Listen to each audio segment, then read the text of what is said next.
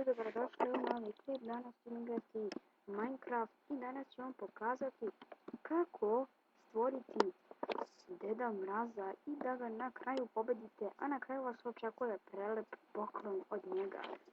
Da, ljudi, dakle, prvo što će vam trebati je komandni blok, a on se stvara ovako. Imaćete dole u deskripciji tu komandu give, pa vaše ime, dakle, tako, Minecraft, dvije tačke, command, donja crta, blok. I ovako ćemo se stvoriti komandni blok, naravno.